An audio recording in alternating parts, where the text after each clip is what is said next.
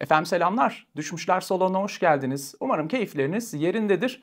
Bir önceki mitoloji videomuzda yani son kokteyl videomuzdan önceki videoda mitolojiden bir hikaye, heykeline aşık olan adam videomuzda bir istek yorum gelmişti. Bir izleyicimiz Ikarus'un hikayesini dinlemek istediğini belirtmişti. Buradan kendisine de teşekkür ediyorum.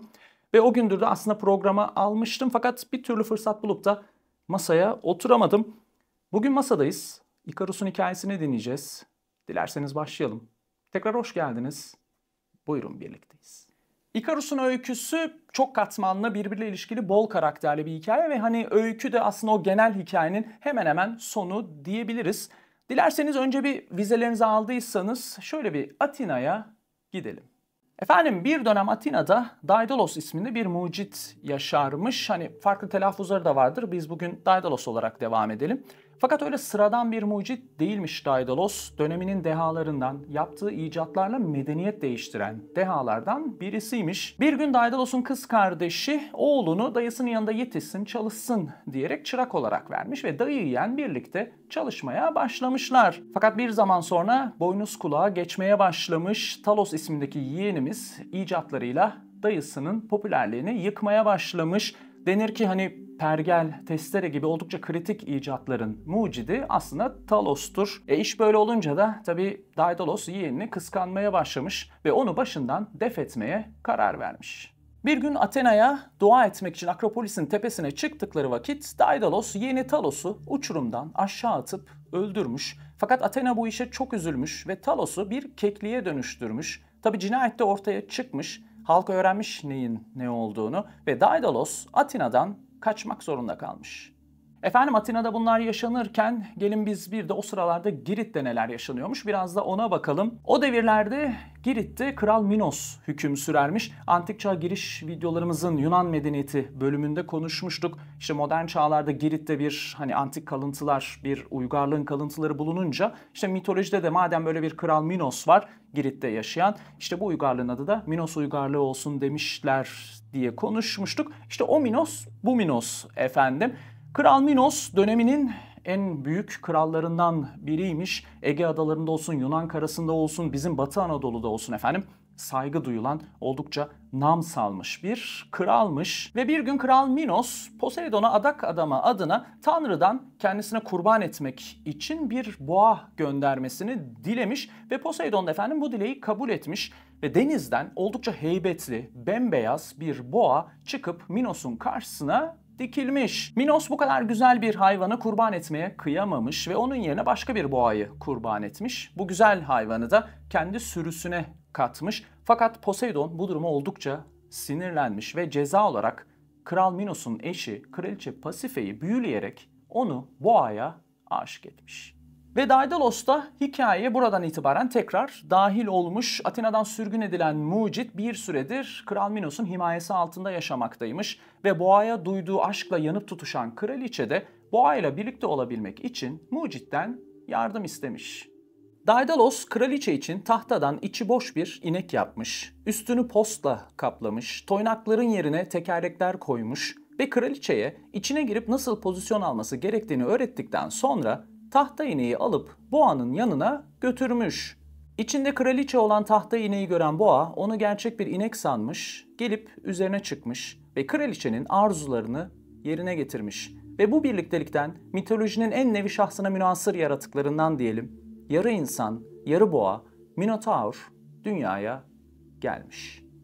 Ve doğal olarak tabii bu olaydan haberdar olan Kral Minos ise hem durdurulamayan saldırgan yaratığı zapt etmek için hem de olayın üstünü örtüp Minotaur'u kendi emelleri adına kullanmak için mucide bu yaratığı hapsedebileceği bir yapı tasarlamasını emretmiş. Ve efendim Daidalos Minotaur'u içine hapsetmek için karmaşık koridorlardan, kıvrımlı dönemeçlerden, gözleri yanıltan yollardan oluşan, içine girenin bir daha girişe çıkışa ulaşamayacağı, labirent olarak isimlendirilen devasa bir yapı inşa etmiş ve Minos da Minotaur'u labirentin içine hapsetmiş. Dilerseniz Minotaur'un öyküsünü bir başka videoya bırakalım ve biz Daidalos'un hikayesinden devam edelim. Kral Minos labirentin inşası tamamlandıktan sonra ama kraliçeye boğayla yaşadığı ilişkide yardım ettiği için cezalandırmak adına ama hem Minotaur'un hem labirentin sırlarını yaydığı şüphesiyle Daidalos'u ve Daidalos'un Minos'un kölelerinden biriyle yaşadığı ilişkiden dünyaya gelmiş olan oğlu Ikarus'u kimi kaynaklar der ki direkt kendi yaptığı labirentin içine, kimi kaynaklar der ki denizin ortasındaki bir kuleye hapsetmiş. Bu zindan döneminde Daidalos uzun zaman kuleden denizi, fakat özellikle etrafta uçuşan kuşları gözlemlemiş, kuşların nasıl uçabildiğine, bu işin mühendisliğine, matematiğine ve denir ki bu iş adına bilinmeyen sanatlara kafa yormuş. Ve mucidimiz bir süre sonra başlamış son icadı üzerine çalışmalara. Tüyler toplamış, ölçmüş, biçmiş, bal mum ve iplerle hepsini bir araya getirip yapıştırmış ve oğluyla kendisine omuzlarına takıp kuleden uçup kaçabilecekleri kanatlar icat etmiş. Fakat yola koyulmadan önce Daidalos oğlu Ikarus'u karşısına alıp uzun uzun konuşmuş. Kanatları nasıl kullanacağını göstermiş ve tembih etmiş. Mutlaka orta yolda uçman gerekiyor. Aşağı inersen kanatlar suya neme kapılır, ağırlaşır. Yukarı çıkarsan güneş kanatları yakar, eritir. Orta yolu kaybetme, benim önderliğimde yol al, beni takip et. Ve baba oğul kanatları takmışlar, birbirlerine sarılmışlar. Daidalos kanatlar altındaki oğlunun meleksi görünümü karşısında duygulanmış, gözleri dolmuş, oğlunu yanaklarından öpmüş ve kuleden kendilerini dışarı atmışlar, göklerde süzülmeye başlamışlar. Aşağıda baba oğlu uçarken görenler de onları göklerde süzülen tanrılar olarak görmüşler. Ikarus bir süre babasını takip etse de bir yerden sonra uçmanın büyüsüne kapılmaya başlamış. Kuşlarla yarışmış, yukarı aşağı çıkışlarla, inişlerle uçmanın verdiği özgürlüğün tadına doyamaz olmuş. Ve sonra istemiş, daha yükseklere ulaşmak istemiş, en yükseğe çıkmak istemiş. Ve yükseldikçe güneş bal mumunu eritmeye başlamış. Bir süre sonra kanatlar dağılmış gitmiş. Ikarus tam ulaştım derken en yükseğe, bir anda düşmüş en aşağıya. Karanlık denizin ortasına. Daidalos oğlunu aramış gökte her yerde. Fakat daha sonra görmüş denize düşmüş kanatları ve inip almış oğlunun cansız bedenini en yakın adaya götürüp gömmek için. O gün bugündür de o adaya Ikarus ya da İkarya adası ve Ikarus'un düştüğü denize de yine Ikarus ya da İkarya denizi denilirmiş. Ve son bir not vardır efendim. Derler ki Daidalos oğlunu gömerken bir keklik dadanmış mezara.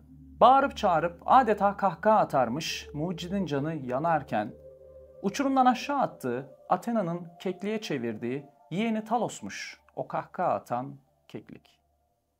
Efendim aşağı yukarı hikayemiz bu şekildeydi. Tabii bu hikayede diğer birçok mitoloji hikayesi gibi antik çağlardan günümüze işte sanat olsun, edebiyat olsun, felsefe olsun insanlığı etkilemiştir. Etkilemeye de devam etmektedir. Sanattaki etkide anahtarlardan birisi Bruegel'in Ikarus'un düşüşü manzarasıdır. Bruegel'e ait olup olmaması tartışmalı bir konudur. Hani konuyu dağıtmayalım fakat bu eser hem döneminde hem sonrasında Ikarus'un düşüşü hikayesine bakışta oldukça ses getirici bir yorum katmıştır. Hikayenin popülerliğine oldukça büyük bir katkı sunmuştur.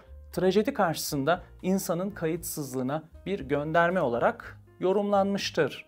Onun dışında elbette sinema olsun, müzik olsun, hatta video oyunları olsun günümüzde Ikarus ve hikayesi ilham olmaya devam etmektedir. Yine hikayeden gelen güneşe çok yakın uçmak tabiri de günümüzde hala kullanılan, etkisini gösteren bir söylemdir. Felsefi açıdan bakacak olursak da tabii felsefe üzerine sohbet için benim birikimim yeterli değildir. Hani o konuda bir özgüvenim yoktur. Fakat hani şöyle yüzeysel olarak bir bakış atacak olursak Ikarus'un düşüşü hikayesi aşırı hırs ve kibir üzerine bize uyarıcı bir hikayedir. Onun dışında Aristoteles'ten günümüze o Yunan felsefesindeki altın orta olarak başlıklandırılan ılımlı yaşam ilkesine de uygun düşen bir hikayedir. Antik Yunan felsefe tarihi boyunca da yeri olan, daha sonra birçok kültürü de etkilemiş ya da bağımsız olarak farklı kültürlerde de ortaya çıkmış olan hani aşırılık ile eksiklik arasındaki o orta yolun izlenmesi gerekliliği, her anlamda duyguda, düşüncede, eylemde, söylemde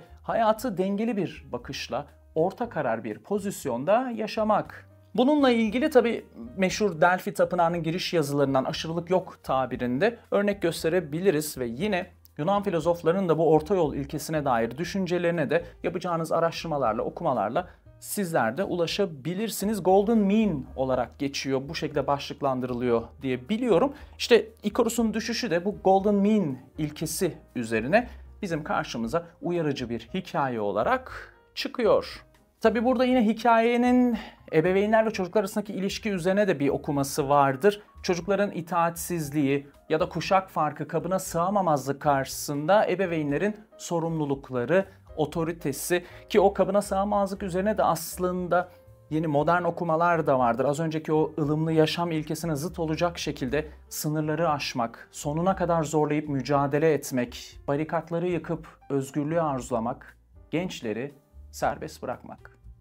Yine hikayenin tabii modern feminist okumaları da vardır olumsuz anlamda. Hani o işte yine baba oğul hikayeleri, işte ata soy anlatıları, erkek anlatıları üzerinden de yine feminist bir pencereden olumsuz eleştirileri de vardır. Ve tabii aslında önemli bir nokta, bilim ve teknoloji etiği üzerine bu hikaye bir uyarıcı hikaye niteliği taşımaktadır. Daedalos'un o özgürleştirici icadının tehlikeli yan etkileri, işte bilim insanının, mucidin yaratımları üzerindeki sorumlulukları. Aslında bu konuyu ileride bir Frankenstein videosu düşünüyorum. Orada daha detaylı ele alırız diye düşünmüştüm. O yüzden dilerseniz şimdilik bu konunun kapısını açık bırakmış olalım.